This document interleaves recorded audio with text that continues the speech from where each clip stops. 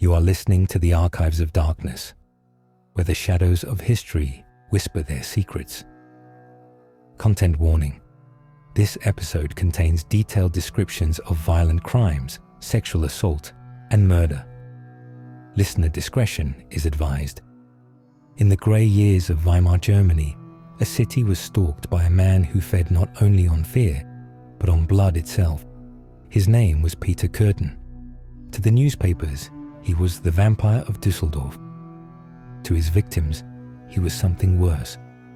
A stranger in the dark whose cruelty seemed without reason or limit. Peter Kurten was born in 1883 in Cologne, Germany. The third of 13 children in a household marked by poverty, violence, and humiliation. His father, a brutal alcoholic, often beat his wife and children, forcing them to witness his assaults. From these beginnings came a boy who learned early that pain could be both power and punishment. Kurten's cruelty surfaced young.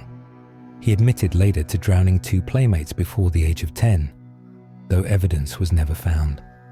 Whether truth or bravado, the claim reveals the darkness already forming inside him. As a teenager, Kurten found work as an apprentice molder, but his time was spent in brothels, prisons, and the army, from which he soon deserted. He began experimenting with sadistic fantasies, torturing animals, and later claimed that the sight of blood excited him sexually. It was the beginning of a pattern that would define his life. Violence, arousal, and remorse, all tangled together in something that seemed human, but wasn't. After serving time for arson and assault, Kurten moved to Düsseldorf, marrying a former prostitute in 1921. For several years he appeared reformed, a quiet tenant in a working-class district, polite, even kind. Neighbors described him as a model citizen. Yet beneath that calm exterior, something stirred again. In 1929, the city of Düsseldorf descended into fear.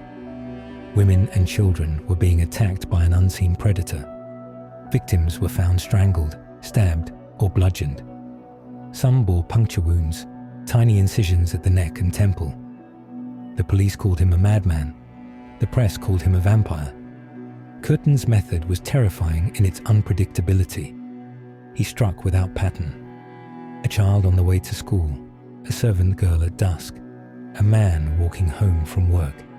He killed to feel the pulse of blood and claimed he drank from his victim's wounds, savoring the sensation. In his later confession, he described the act not with shame but with fascination, as if he were describing the mechanics of a dream. He even wrote letters to the police, taunting them with maps of where to find his victims. In one, he boasted, "I am a misfit of nature, a wild beast in human form." By 1930, Germany's newspapers were filled with panic. Detectives questioned hundreds, arrested dozens, and still the murders continued.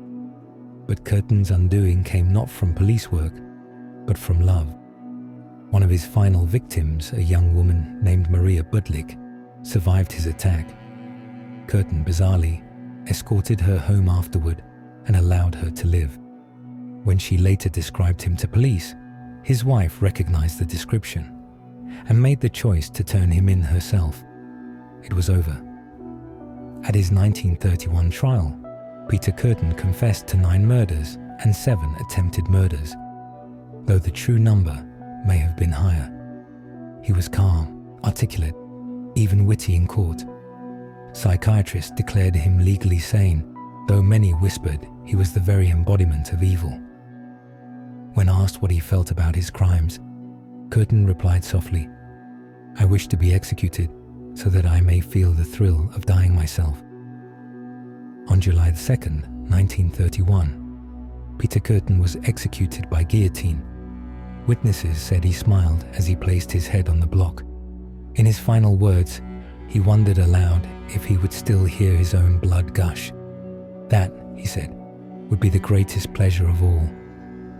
Rumors persisted long after his death, that scientists studied his brain, that his severed head was kept in a jar, and that it whispered to those who dared to listen. Though mostly myth, the fascination endured, a macabre echo of the fear he once inspired. In the end, Peter Kürten was not just a man who killed. He was a mirror held up to a nation staggering from war and depression. A reminder that even amid civilization, the hunger for blood still walks among us. If you've been listening to the Archives of Darkness, please take a moment to subscribe. Your support helps us continue exploring the shadowed corners of history, where the line between human and monster fades. Next time, we journey to the quiet town of Plainfield, Wisconsin, where a soft-spoken farmer built a house of horrors that would inspire the darkest legends of cinema. Join us for episode 10, Gein, the Plainfield Ghoul.